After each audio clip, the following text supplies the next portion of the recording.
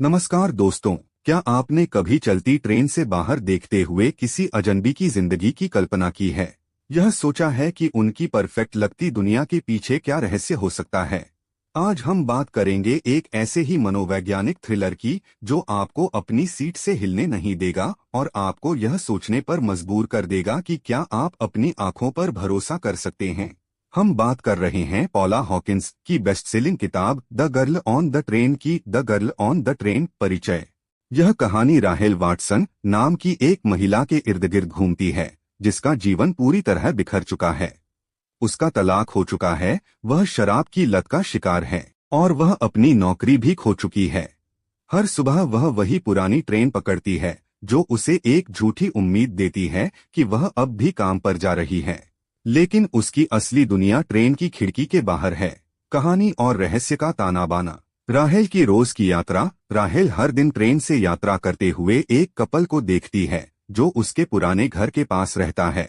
वह उन्हें जेसन और जेस नाम देती है और उनकी जिंदगी को अपनी कल्पना में परफेक्ट मानती है। वह उन्हें अपनी खोई हुई खुशी का प्रतीक मानती है। लेकिन एक दिन वह अपनी यात्रा के दौरान कुछ ऐसा देखती है जो उसके भ्रम को तोड़ देता है। वह देखती है कि जेस, जो असल में मेगन हिपवेल है, किसी और के साथ है।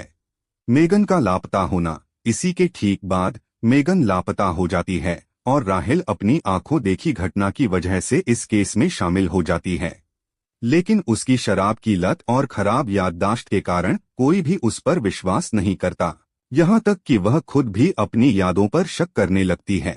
यादें और झूठ। कहानी में एक के बाद एक चौंकाने वाले मोड़ आते हैं। राहेल को अपने अतीत से जुड़ी कुछ घटनाओं की धुंधली यादें आती हैं जो मेगन के लापता होने से जुड़ी हो सकती हैं। वह मेगन के पति स्कॉट हिपवेल से मिलती है और धीरे धीरे एक ऐसे जाल में फंसती चली जाती है जहां सच और झूठ के बीच का फर्क मिट जाता है। तीन महिलाओं की कहानी। उपन्यास में तीन महिलाओं राहेल, मेगन और एना, राहेल के पूर्व पति की नई पत्नी की कहानियां समानांतर चलती हैं। हर महिला अपनी अपनी परेशानियों और झूठों से जूझ रही है। अंत में इन तीनों की कहानियां एक साथ जुड़कर एक चौंकाने वाला सच सामने लाती हैं। अविश्वसनीय कथावाचक। उदास स्माइली। इस किताब की सबसे बड़ी खासियत इसका कथावाचक है। राहेल की खराब याददाश्त के कारण पाठक भी उसकी हर बात पर शक करने लगता है। यह हमें कहानी में पूरी तरह से खींच लेता है और हम भी उसके साथ सच की तलाश में लग जाते हैं। पुस्तक के मुख्य संदेश। पॉला हॉकिंस ने इस थ्रिलर में कई गहरे विषयों पर बात की है। मानवीय मनोविज्ञान। यह कहानी दिखाती है कि कैसे हमारा मन और यादें हमारे साथ खेल सकते हैं। शराब की लत। उदास स्माइली। यह लत के दर्दनाक प्रभावों और कैसे यह एक इंसान की जिंदगी और रिश्तों को बर्बाद कर सकती है, इस पर प्रकाश डालती है।